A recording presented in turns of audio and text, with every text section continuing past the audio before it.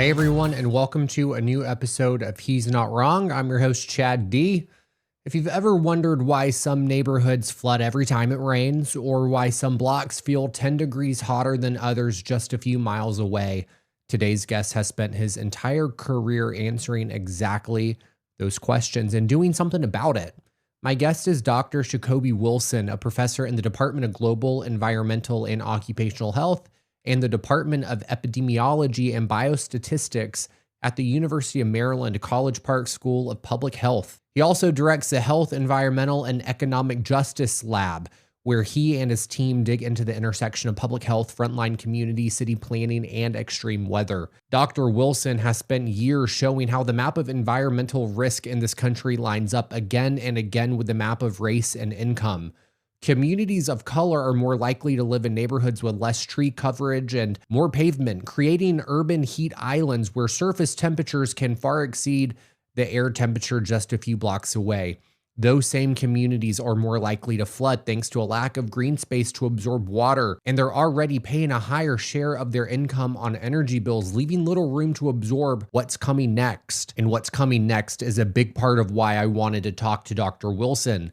Data centers are rapidly expanding across the country, and Dr. Wilson has been outspoken about the risk that they pose to the very communities already carrying the heaviest environmental burden.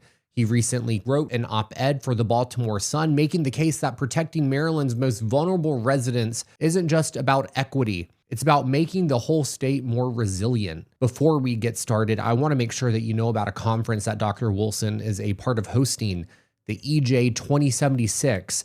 Make America Just Again, a 50-year plan to advance democracy, environmental justice, and health equity. It's happening September 14th through the 16th virtually, and September 17th through the 19th in person. This is the annual EJ Symposium hosted by the CEEJH, one of the largest environmental justice conferences in the country. It's been running since 2012, and it's where impacted residents, community leaders, researchers, and policymakers come together for keynotes, solidarity tours, cultural night, and more. A lot of the coalitions and legislative wins that you hear about in this space trace back to conversations that started at this event. Registration is now open. There are links in the show notes. Go check it out. Now, without further ado, please welcome Dr. Sacoby Wilson. Dr. Sacoby Wilson, welcome to He's Not Wrong. Thank you so much for joining us today for this episode. How are you doing? I'm doing great. Thanks for having me. Absolutely. This episode is so timely because I feel like with so much of what we see in the news is focused on data centers and the impacts that they're going to have on the environment. A lot of people, specifically here in Alabama, where I'm located, people in rural communities are speaking out about data centers and the impact of them. We're going to get into that. But first off, I just want to ask you how you began your work in the environmental field and how that relates to the advocacy work that you do. Because the audience has heard your resume. Like, you have done impressive work with bringing environmental racism to the forefront of conversation in people's minds.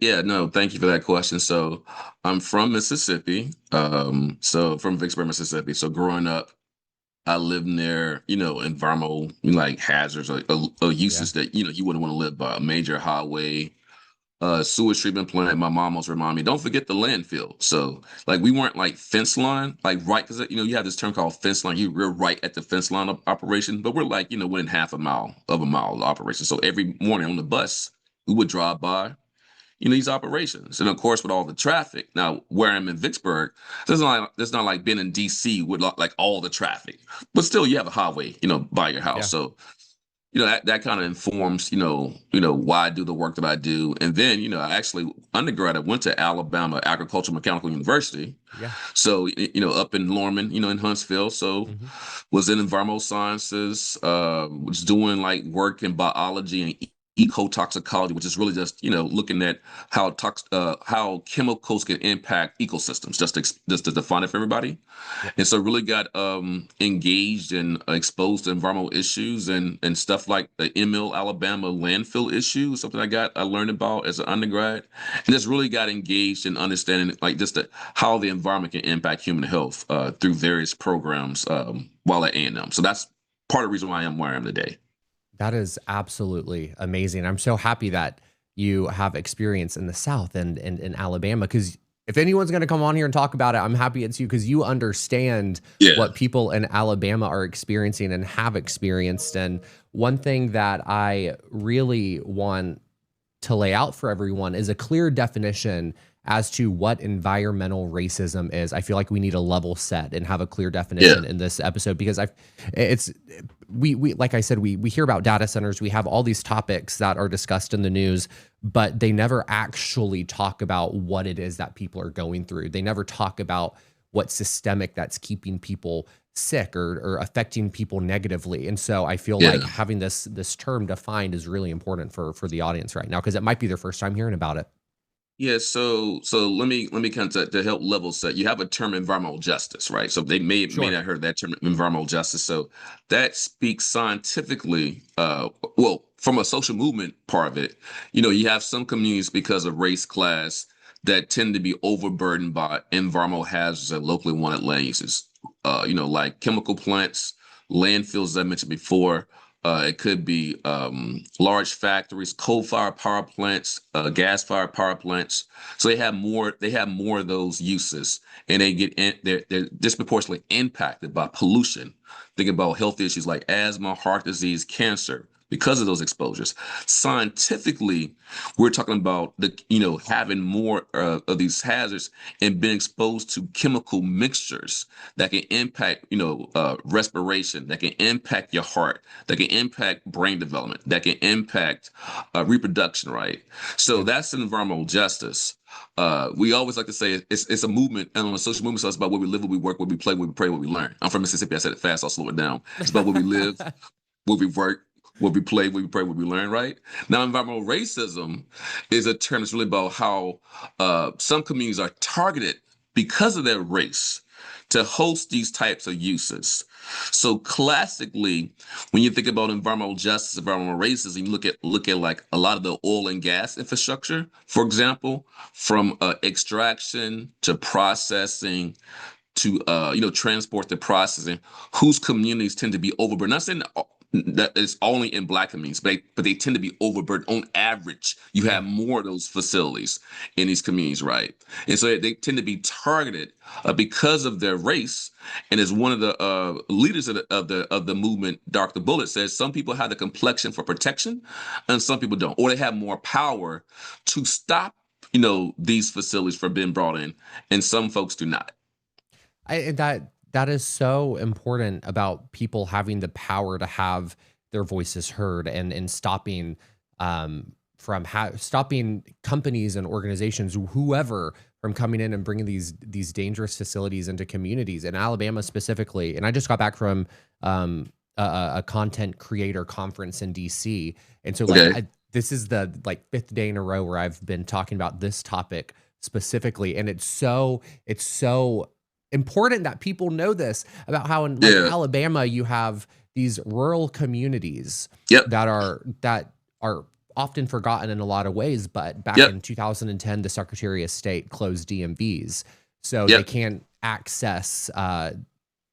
They don't have the resources or the access to get the ID that they're passing laws to require you to vote. So they're Exactly. literally being disproportionately affected to be kept out of the polling places, to Exactly. not have a say, and having people who could hold these companies accountable. Accountable. Yes, sir.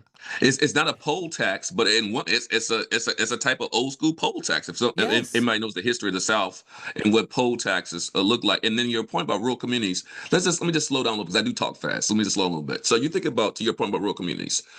You are a rural community in Alabama or in Mississippi, because that's where I'm from. Those are my two Yep. states, two like home states in some ways, right? Yeah. You don't have a lot of economic opportunity, right? You may have limited access to healthcare. You may have limited access to. We're talking about AI and data centers. So your technology infrastructure, your IT infrastructure, right? Your Wi-Fi infrastructure. That's an issue. And in many places, you still have folks who don't have paved roads, who don't have sewer and water infrastructure, publicly regulated sewer and water. They're still on well water. They're on septic tanks. You go to Uniontown, Alabama, where when you flush your toilet, your waste goes to a sewage treatment plant. When they flush their toilet, their waste, as a few years ago, was going to a containment pond and was spraying human waste on the ground. Yep. Or you go to Lowndes County, Alabama, with Catherine Flowers' work, where people have straight piping of Yes. waste onto the ground. This is in America of 2026. We have this when people don't have access to what we call basic amenities. So go ahead, Chad. Go ahead. I was gonna say I'm so happy that you brought up Catherine Flowers because she wasn't in my show notes, but I adore her. Her brother, I grew up in Montgomery, Alabama. I live in Birmingham, Yeah. and her brother was our next door neighbor Okay, cool. in Montgomery. And so I've been a follow of her work for so long, and the advocacy that she did for those rural communities, it was so important. And then you see the Trump administration come in, and one of the first things that they do when he takes office the second time is defund the projects that she Yep. worked so hard to get Yep. funding for, just to have a standard for quality of life in those places. And the Yeah. administration came in and said, no, clean drinking water, having a standard health Exactly. is not like, I mean, I pisses me It, off, and I could use more colorful it's language right now. shocking. It's shocking the number of people in this country who don't have access to safe drinking water.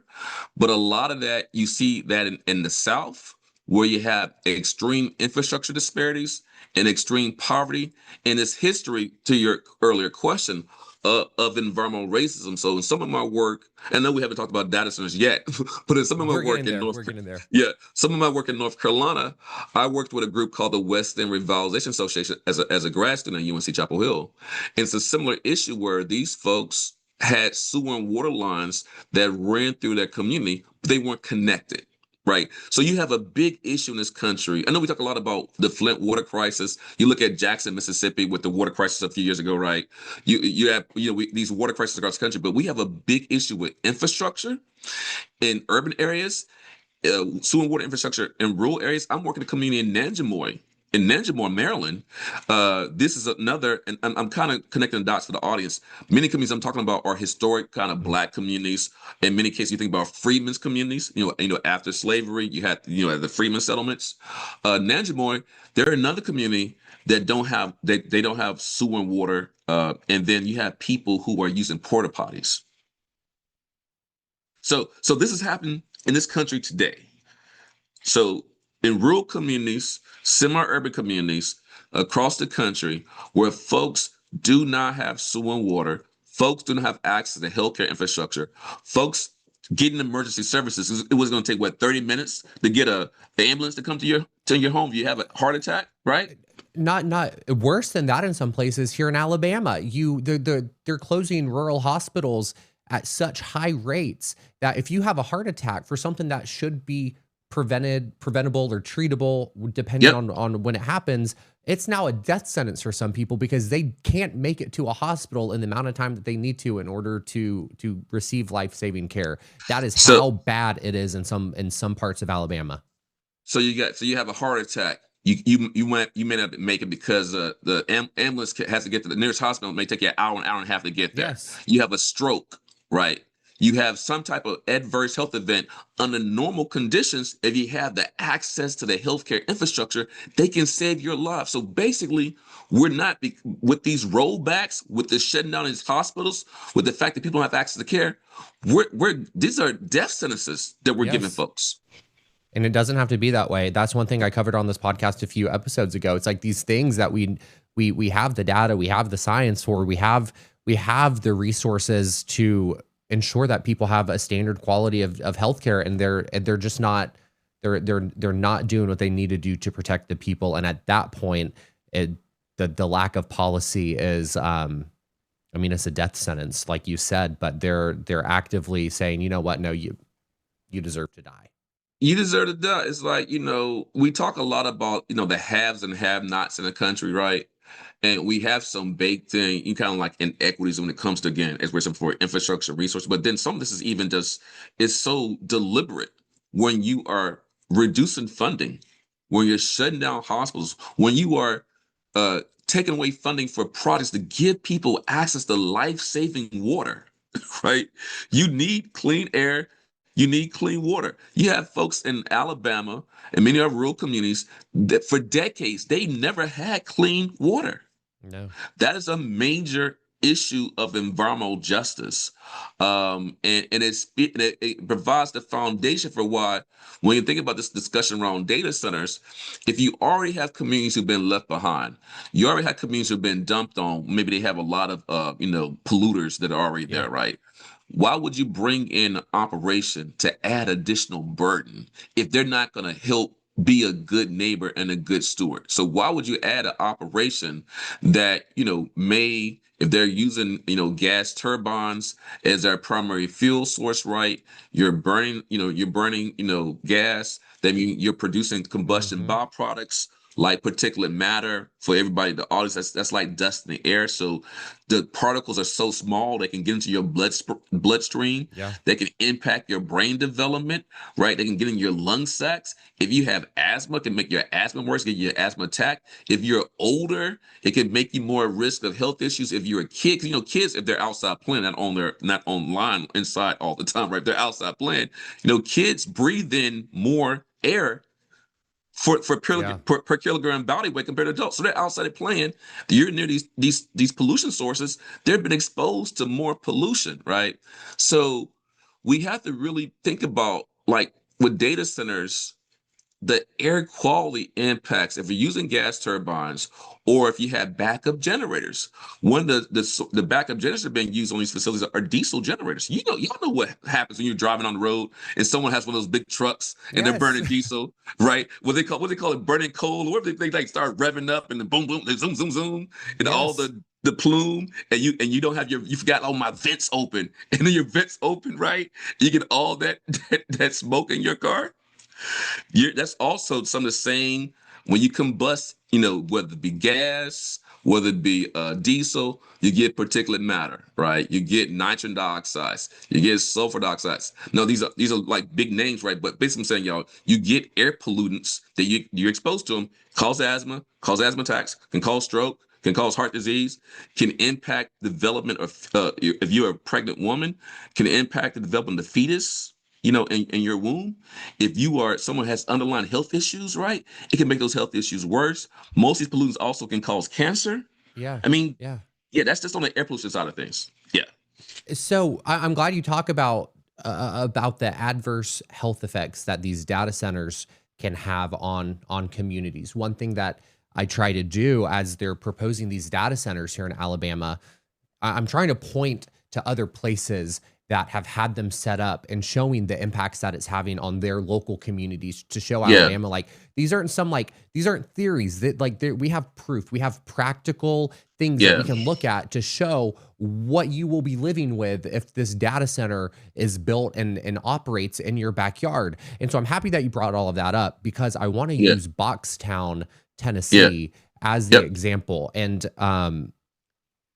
to everything you just spoke about, you worked in that area, you yeah, understand Boxtown better than anyone. So I just want to give you the opportunity to talk about yeah, what happened there with the data center and Elon Musk and to people's health. yeah. So for folks who may not be familiar, let me just even, and you can correct me my facts, Chad, we're about to say, but I think Sure. nationally there are about 3,000 data centers nationally. I think 3,000. So you want to check my facts? Just fact check me, please, sir. Checking you right now. I think the 3,000. Like Data Center Alley, we talked about, that's the one in Virginia. There's about 600 data centers in Virginia. You got the small scale data centers, you got the mom and pop, data centers, right? Oh, you found it, Chad?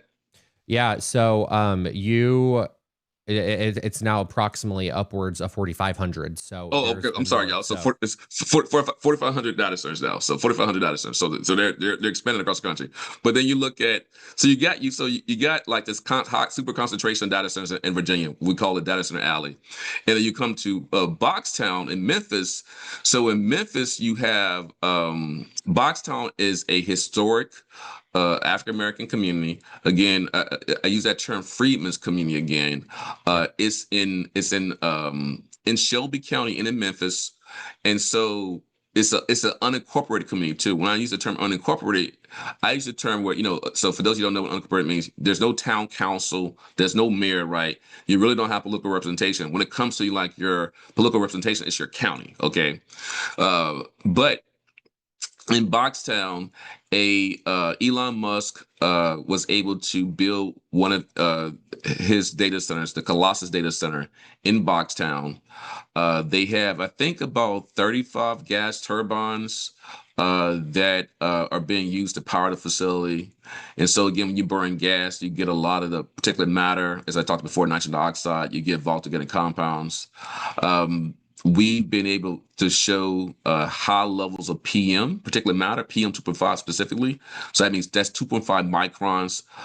If you put it on like a strand of hair, it could sit on a strand. So that's how small PM 2.5 is. And so we found levels, I think 68% of the time of when we were monitoring above the annual standard for particulate matter. And so what we're seeing is those levels are high, consistently. And so for folks who live in the Boxtown area, that means they've been chronically exposed to high levels of pollutants that can impact their health. And that part of Memphis, and I believe this is correct, I think it has one of the highest cancer rates. So the area that hosts the Colossus One facility, it has one of the highest cancer rates in the country. Okay. And then Colossus 2 is built in South Haven, Mississippi. So I like to say that's metro, you know how you like metropolitan Memphis. So you got the other, you have metro areas you covered, like Philadelphia covers like multiple states, right? Metro Philadelphia. So in Memphis, so South Haven, and they're dealing with Colossus 2. And we had a community meeting about 3 weeks ago where we did a visit to give a report back on some of the data that we collected. To that point. And we had some of the residents from South Haven who came to the community meeting, and they were complaining about the noise pollution, the big issue with noise pollution. And one of the things I learned from a colleague, so to your point earlier, Chad, in our discussion, you said this is one of the hot topics. I've probably done about 10 podcasts, webinars on data centers in the past 3 months, something like that. I have another one I'm doing soon, like next week.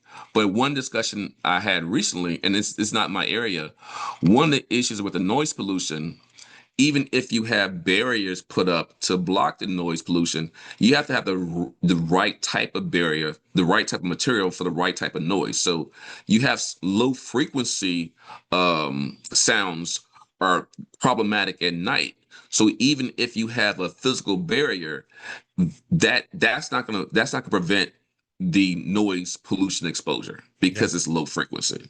So that's just something I learned recently because it's not my area. Like, okay, wow. So we have to make sure we have the right mitigation solution for the right problem. So the physical barriers that we're using are not the right mitigation solution to deal with the low frequency hum that folks are experiencing. Yeah, they're about 20 minutes south of here in Birmingham. They're trying to build this massive multi-billion-dollar data center right next to a humane society and an elementary school. And then I know in Nashville, I just saw on the news yesterday or something that they're proposing one that's near the zoo, and it's like, what I put a lot of thought into this, and where my mind is going is that there is absolutely no regulation to stop this. And so it's the Wild West, and they're trying to take advantage of the fact that there is no regulation, because what we know is these corporations will sell us out for $1. Yeah, I've been said it, man. You just hit the nail on the head. Like, it's the Wild Wild West development right now when it comes to data centers.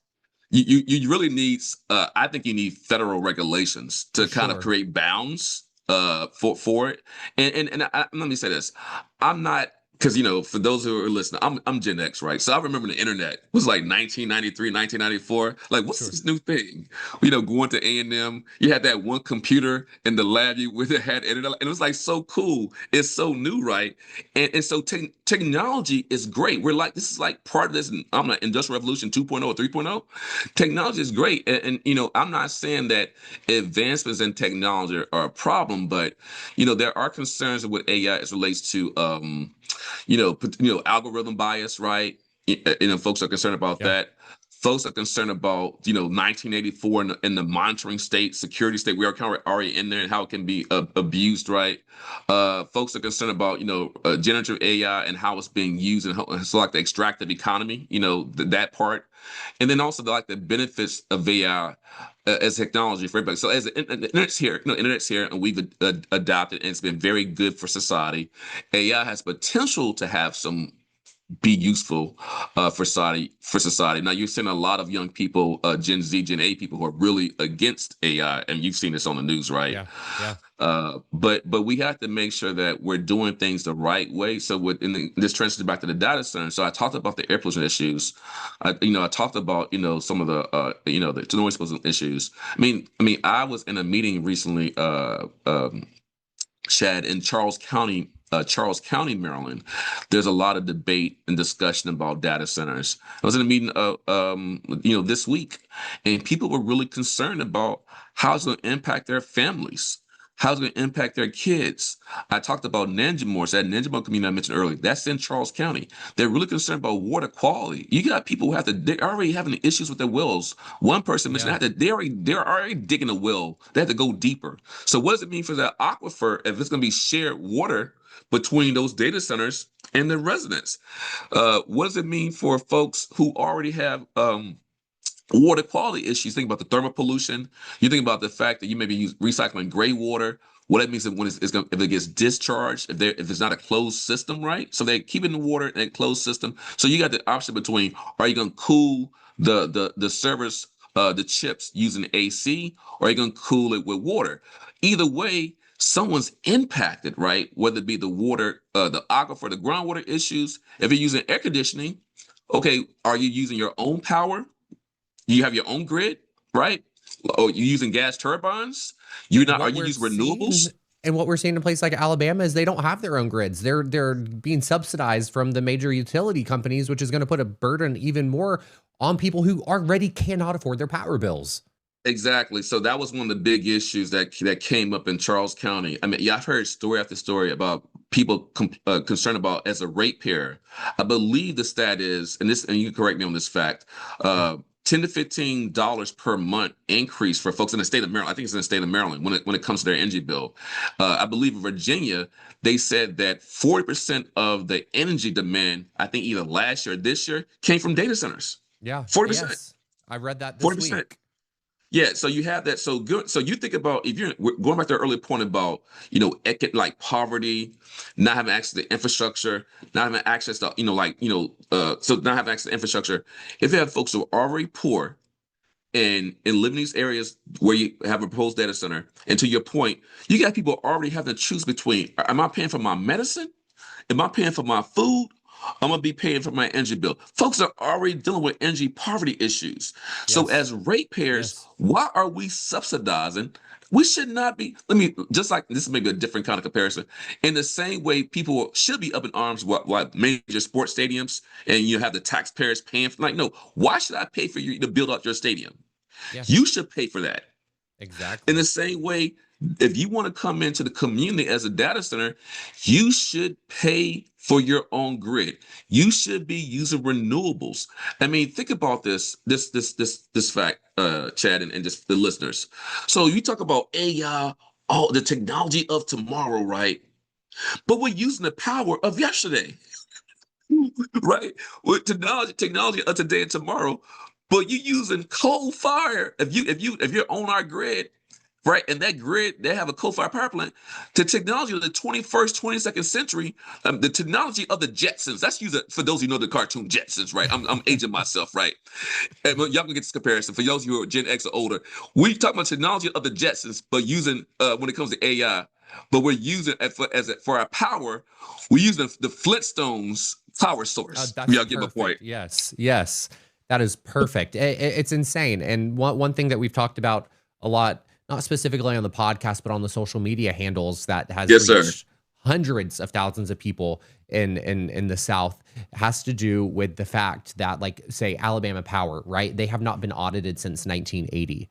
So we That's don't crazy. We don't know what's in their books. We don't know what they are passing down to the ratepayer. So they're Yeah. making these deals with these data centers, and they're being subsidized, but there's no clear way for us to know, well, how much of that is being passed on the ratepayer on top of people already having $1,200 power bills in a month for a one-bedroom apartment. People are Did literally. you say 1,200 a month? Oh, I have the DMs of the bills from people who Oh have my God. reached out to me asking for help. Yes. Chet, I mean, I was complaining about we had a bill that was pretty high, but that's for a one bedroom apartment. That's crazy. We have a four bedroom house. Yeah. That doesn't make any sense. I So that means had that's the system's broken, Chad. Yes, yes, it absolutely is. I had a one bedroom apartment, one bed, one bath apartment, about a year ago when I was living in that apartment. My apartment never reached over 55 degrees in the winter because it was just like the heat was constantly on a really low Yeah. setting. My power bill January 2025 was over $550 for that one bedroom. Um, Wow. and then I made a video about it, and then people were, I guess, having the same experience, but they were looking for someone to talk about it because no one was publicly bringing awareness to it. And so that's how I got started talking about power utilities and companies and the Yeah. Public Service Commission and the importance of trying to elect people who will hold your utilities accountable. Um, Exactly. so anywho, that's a topic for another day. I know, What I it's important, but it's an important part of the discussion about what people actually like. How is it impacting me every day? Like, these issues, how does it impact? I always talk about when we're going to address problems, we got to make it every day. We got to make it proximate. We got to make it pocketable. How's it impacting my family? How's it impacting my health? How's it impacting my job? Right? Yeah. Those are things that are important to folks. So if people are suffering already from high energy costs, right? And we've actually removed some of those support mechanisms, Hmm. like some of the funding in the previous administration, Inflation Reduction Act. There was some dollars out there; those dollars are gone.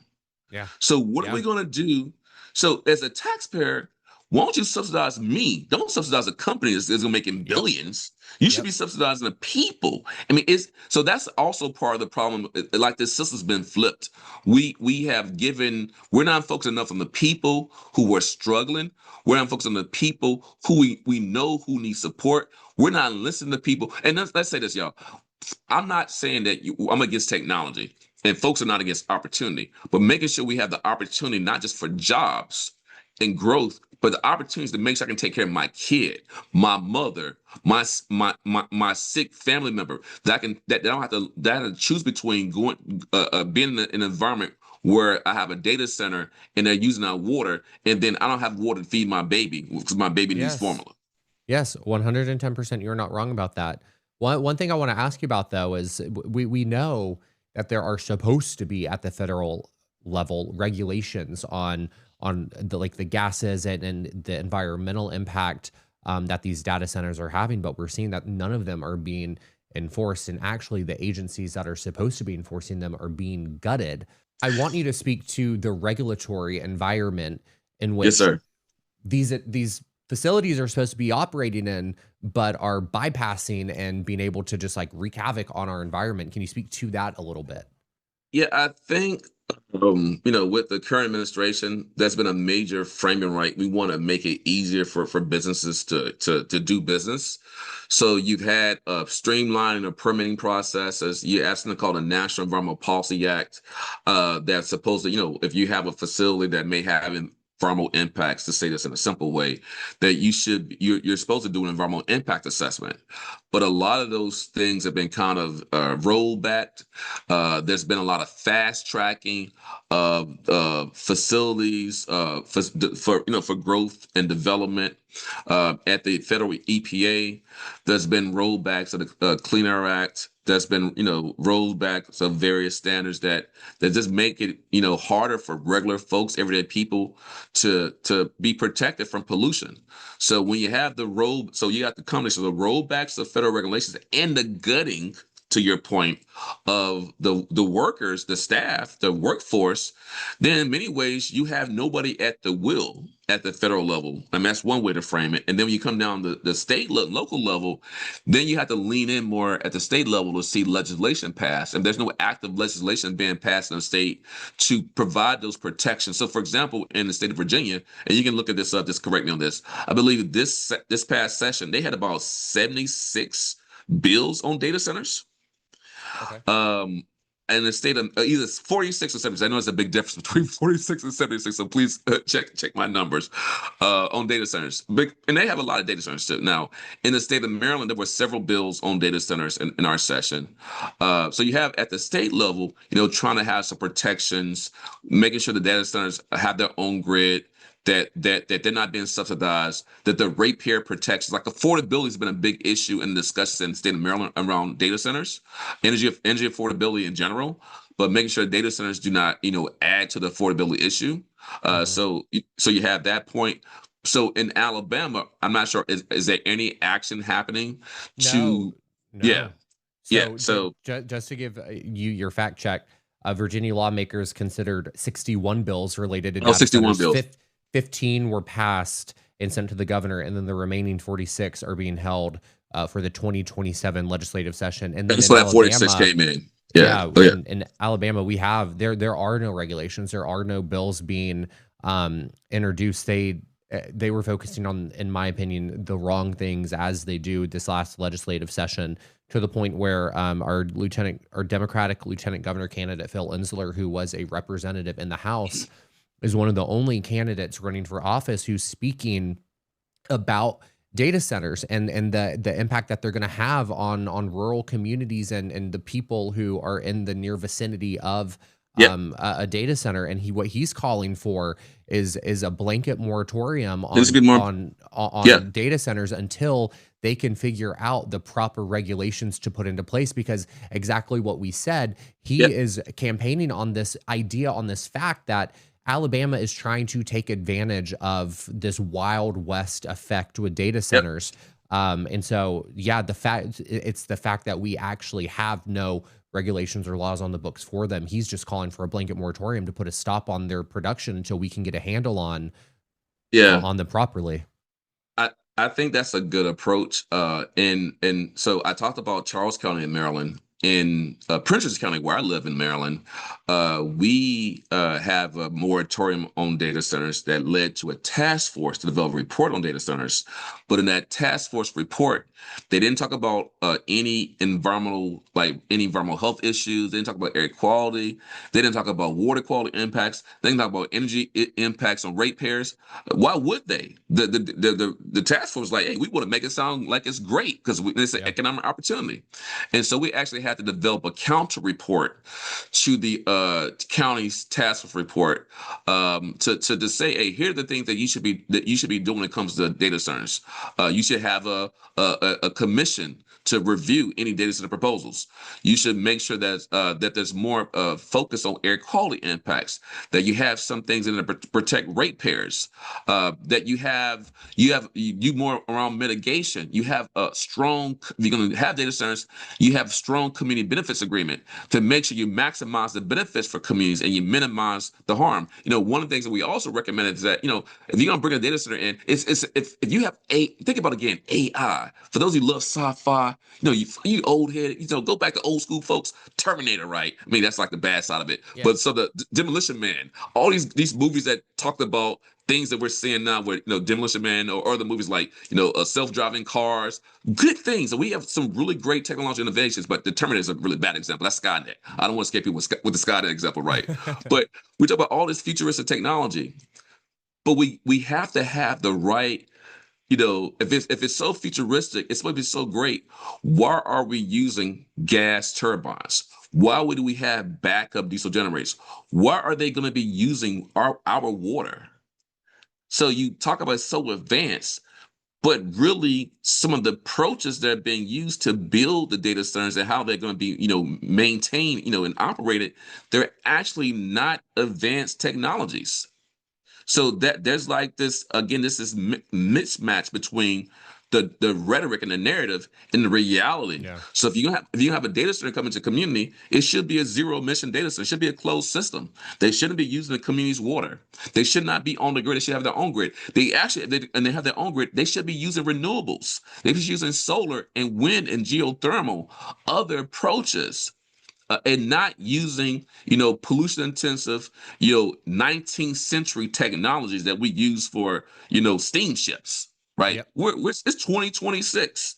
You should not be using coal. You should not be using gas if you're in advanced technology. So just kind of go back. So what I'm seeing and what I'm hearing from folks, Chad, folks are scared. They're worried Yeah. again about their water.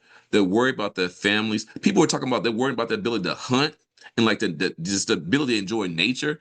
Folks are super concerned about noise pollution and the fact that scientifically, for those of you who may not know, noise pollution can impact your circadian rhythms. Noise Yep. pollution can increase stress. And you have stress hormones like cortisol and C-reactive protein. Yeah, I may have heard those before, but it increases your stress, increases your anxiety, increases your fight or flight, which can lead to more oxidation and inflammation in your body, which can lead to things like heart disease, right? Can lead to chronic health issues, can lead to you dying just from noise pollution, can stress you out, to lead to you having a lower life expectancy. That's a problem. Sounds very pro-life to me in the red state of Alabama. Like, Exactly. Yes, sir. Jesus, that sarcasm for the I people got you. I listening got you, Chad. who are my haters. Um, I so got you, Chad. what I'm curious about is what would an ethically and morally just data center policy look like, and have we seen any implemented in the U.S.? Because so far, this might be ignorance on my part, but the only kind of stories that I'm seeing that's stopping data centers are people themselves. It's not actual policy being put forth. So is there policy that we should be looking to in other states to implement and advocate for here, say in Alabama, or even in Georgia, where in Morgan County, Yeah. where you see mud coming through the pipes because they've completely ruined the water system? What can we look into? Yeah.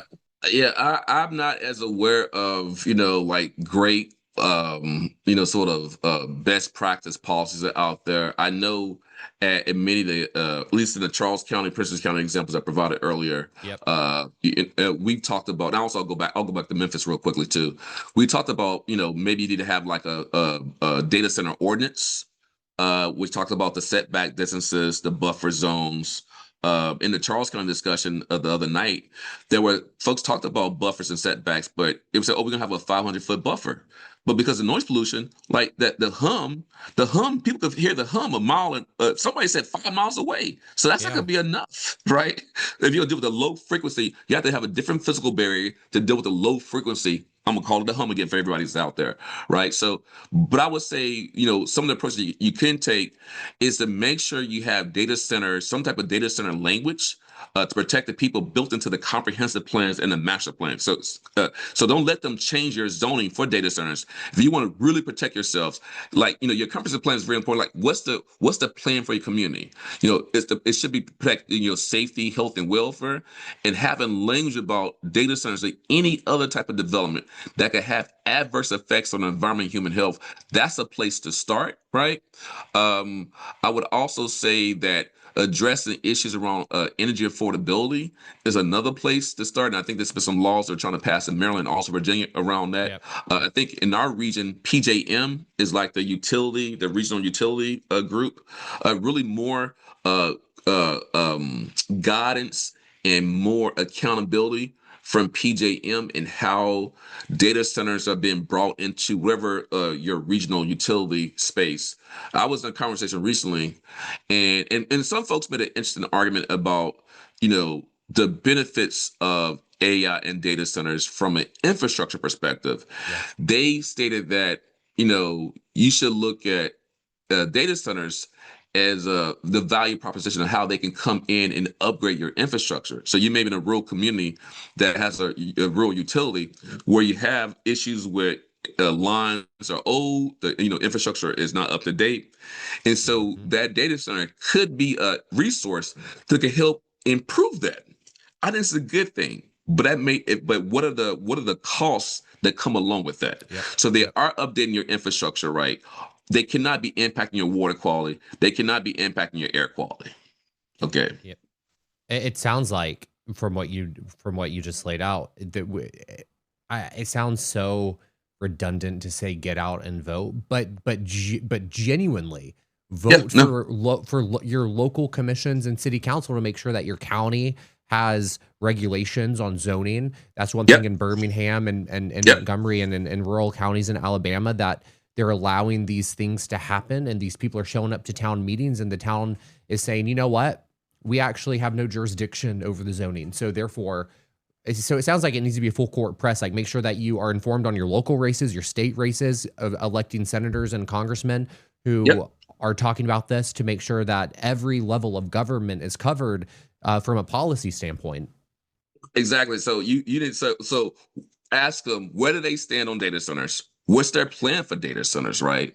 Yeah. And so when it comes, and to your point, do not sleep on those local elections. So No. sometimes we get all like focused only on the state, or of course when it's presidential, but yeah, like those down ballot, like who's running. If you elect your planning board, your planning commissioners, those are super important positions, because Yes. planning is where it's at, everybody. When it comes to your emergency services, when it comes to fire and police, when it comes to where schools go, it's really about planning and zoning. So you really should be doing a full court press, and so voting and attending your local zoning board meeting, attending your local planning board meeting, talking to your county council, said, what are your plans for data centers? What do you stand? Because what's also happened in many of these conversations and communities across that I've been engaging, there's been NDAs that have been signed between the data center developers and the people in power. Yeah. And I'm not gonna bemoan the fact or beat up folks about signing the NDA, because I know there's some proprietary reasons why they do that on one hand, but on the other hand, it limits the opportunity for the local residents to understand what's happening, and it impacts their constitutional right to petition for Yeah. getting information, right? And Yeah. so there's some conflict tension with NDA. So more transparency from local leadership is really important, but definitely, people should vote. Have them Mhm. get on the record like what their plans are. Have them get on the record to know how they're going to address the issue. And then in some cases, Chad, in some communities, yes, your planning commission may be elected, but sometimes they're appointed. So Yeah. think about, you have a planning commission that's appointed. That's actually not representative justice. That's not representative democracy, because I didn't vote you in. Somebody appointed you. So who are you beholden to when it comes to accountability? Dr. Wilson, I have to fill you in on this, because this is you hit the nail on the head with No. that comment, because the Public Service Commission in Alabama, like I told you, and I have to insert an apology to my audience here because they hear me talk about this all the time. They're probably getting annoyed with me hearing it again, but Got you. but well, the Public Service Commission in Alabama, like I said, they have not held a rate review for Alabama Power since in 1982, I believe. It's been well over 40 years.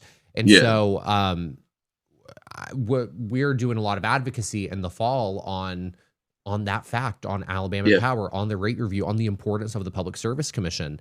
So then people are running for the Public Service Commission. It's the most competitive race for the Public Service Commission that we have seen in decades, right? Yeah. So the Democratic candidates announce that they're going to run, and they announce their platforms end of January. On my birthday, Hmm. beginning of February, they announced a bill to remove the Public Service Commission from the ballot this cycle, to make it appointed by the governor. So No. then people were fed up, because that was silencing the will of the people, right? It's Exactly. removing their accountability. So their then solution that they passed, that they have now put into law, and there's one of the candidates that has filed a federal lawsuit on this, is that no, we still get to elect 3 public service commissioners, right? But the Yeah. governor gets to appoint 5. You And stacking. That then still's not fair. You're stacking the exactly. deck. Exactly. And then the Public Service Commission will be under That's the crazy. guise or the guidance and leadership of an energy secretary who has control of the Public Service Commission agenda that is appointed by the governor. So in order to, I'm not even going to say anything else, because you get what I'm saying. I know you may say some bad words. I would say that all that still is violation of our constitutional rights. I Yep. mean, for petitioning, I mean, First Amendment rights as well. I believe that could be some Amendment issues in there as well. And so I don't. That sounds very probably, but it also it sounds like a typical playbook of a power grab. That's what it Yes. sounds like. That's We're talking about power when it comes to energy, right? But it's also talking about power, the power of the people, and it's taking away the power of the people.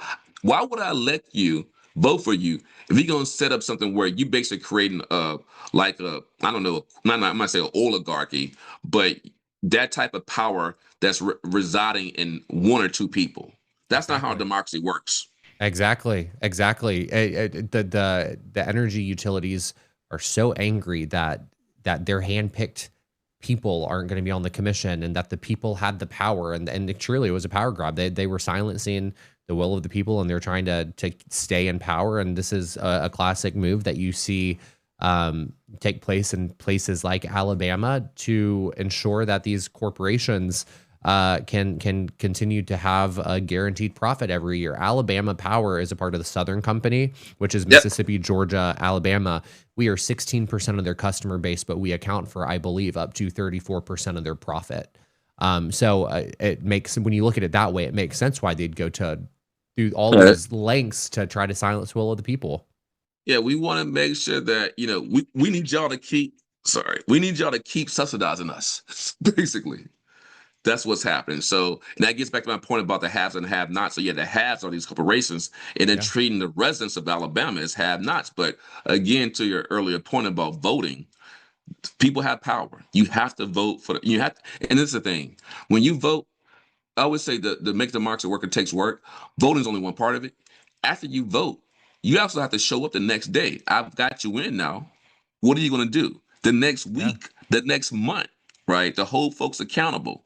So I Yep. think I think that's part of old school civics. Let's get back to being more civically engaged. And I think this issue of data centers is an issue that cuts across so many lines, racial lines, economic lines, 1000%. right? Folks want to be able to hunt and fish. Folks don't want that mess with their vistas. They don't want to hear that noise pollution, right? You can't have a data center by a school, man. Come on, y'all. Yeah. You how you gonna take care? How you gonna take care of your kids? Talking about the next generation, the children of the future. Teach them well. I mean, Whitney Houston, let them lead the way. But how they gonna lead the way? They've been exposed to air pollutants that can impact the ability to learn and concentrate and focus. So just for the audience, I know I gave a little Whitney Houston reference there, but when you think about if you're burning diesel or you're burning gas, one that sets of combustion byproducts of volatile organic compounds. Y'all know the VOCs, that new car smell, hold your breath, or formaldehyde. Y'all know formaldehyde, right? Yep. When kids are exposed to VOCs, it impacts their concentration, focus, and ability to learn.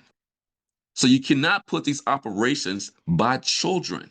Already in places that don't provide free school lunches or meals to students in rural impoverished areas where that their families are struggling to get by, and they might not eat when they go home, and that's already a big issue for a lot of They students already because that stress. ruins their focus in school. So they're Yeah, already education's they're being going to school impacted. hungry. Yeah, they're Yes, going to school hungry and they're being exposed to air pollution that also impacts their ability to learn. Come on, y'all. We got to do better.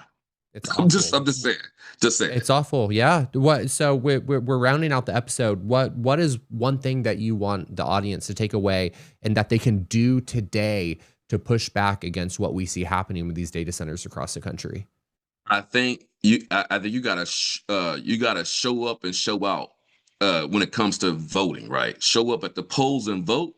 And then folks are not doing what they want you to do, you want them to do, you show up and show them out.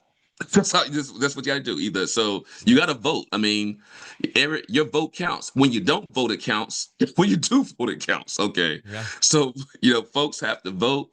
You have to get more engaged. I mean, there's a lot of opportunity with AI and data center if done right, but if done poorly, and then getting back to this whole environmental justice framing we talked about before. There's this whole term about sacrifice zones, how some communities get used as places where you put all the bad stuff, none of the good stuff. So they get all the incinerators, they get all the power plants, they get all the highways and byways, but they don't get the good stuff. We call those sacrifice zones. Mm. We talk about toxic trauma, been exposed to. I mean, think about if you've been exposed to air pollution every day. You basically been poisoned every day. Okay, so that's a sacrifice zone, right? We could end up creating digital sacrifice zones, Mm. and we shouldn't do that. So to stop that from happening, please vote. Amen. Dr. Sacoby Wilson, final question. What is it that you're not wrong about? Let's hear it. So one of the things I'm not wrong about, you got to grow your own food. As someone who I went to Alabama A&M, I'm a big fan of Tuskegee University in Alabama. I'm a big fan of Booker T. Washington. I'm a big fan. I joke a lot about I'm in my Booker T. Washington Little House on the Prairie mode. I am growing my own food. Okay. I got growing all kinds of greens. I mean, food is hot, folks. If you want to be able to survive so this economic downturn and the high food prices, grow your own food. Yes. That's growing your own food is power, is better for you and your family. I think it's really important for folks to be able to have food sovereignty. It would be great to have we can get to the point that we're growing out so much food in rural areas and doing so much urban ag and regenerative agriculture that you don't have to go to a grocery store. I'm so happy that's what you're not wrong about, because this week at that conference in DC that I was Yeah, telling you about, I went into it. I knew no one. yeah, I wanted to go and learn, but it was this big networking opportunity, and there was a really really big influencer who was there, and her name is yeah. Brianna Bosch. Her name on Instagram is Blossom and Branch Farm, and she is Okay. all about regenerative gardening Yep. and farming, and she owns a farm in Colorado, and she teaches you how to use what you have to grow your own food. I'm so inspired. I literally told my boyfriend last night that Yeah. on Yeah. my balcony, I'm going to try to use my space to start growing my own vegetables based on what Bree taught me this week and what her is on her social media. So I just want to like shamelessly plug her as a resource. I get so excited. I mean, dude, I could talk about food. You asked me. I was like, I talk about food all day. I loved growing food. I mean, also last year for the first time, I've been growing food for a long time in my house in Bowie, Maryland, right? But for last year, for the first time, I did apple butter and apple jam. I did fig jam, man. Dude, I made elderberry jam, no, elderberry syrup. Yesterday, I picked a whole quart, oh not quart, a whole liter, a whole liter of gooseberries. I got gooseberries growing in my front yard. I got gooseberries, blackberries, strawberries. I got what's I got? Raspberries. I also have muscadine grapes, or really scuppernongs for those of you from the stuff y'all know the scuppernongs, right? Yep, yep, I got yep. scuppernongs growing on my patio. I got a patio deck that's I call it for plants, not people. I have about 60 pasta tomatoes on my patio deck right now. Yeah. I have a row of apple trees. I mean, dude, I have everything but a cow and a chicken and some bees in my garden. And we will work on getting you those. Listen, there is something empowering about in a day and time where we have control over so little, and it takes so many people using a collective voice to move the needle Yeah, just a little bit. There is something empowering about being able to look at your own space and to say, you know what, I do have control of growing my own food and making sure that I at least have the nourishment that I need to live a healthy yep, life to stay in this fight. So I'm so appreciative that that's what you're not wrong about. I'm so appreciative for all that you have done, that you continue to do. I'm so appreciative that you came on this podcast to educate my audience on a very real threat that we are finding in our backyards here in Alabama and across the South. I can't thank you enough for your time. Thank you so, so much, Dr. Wilson. thank you, Jed. It's been great conversation.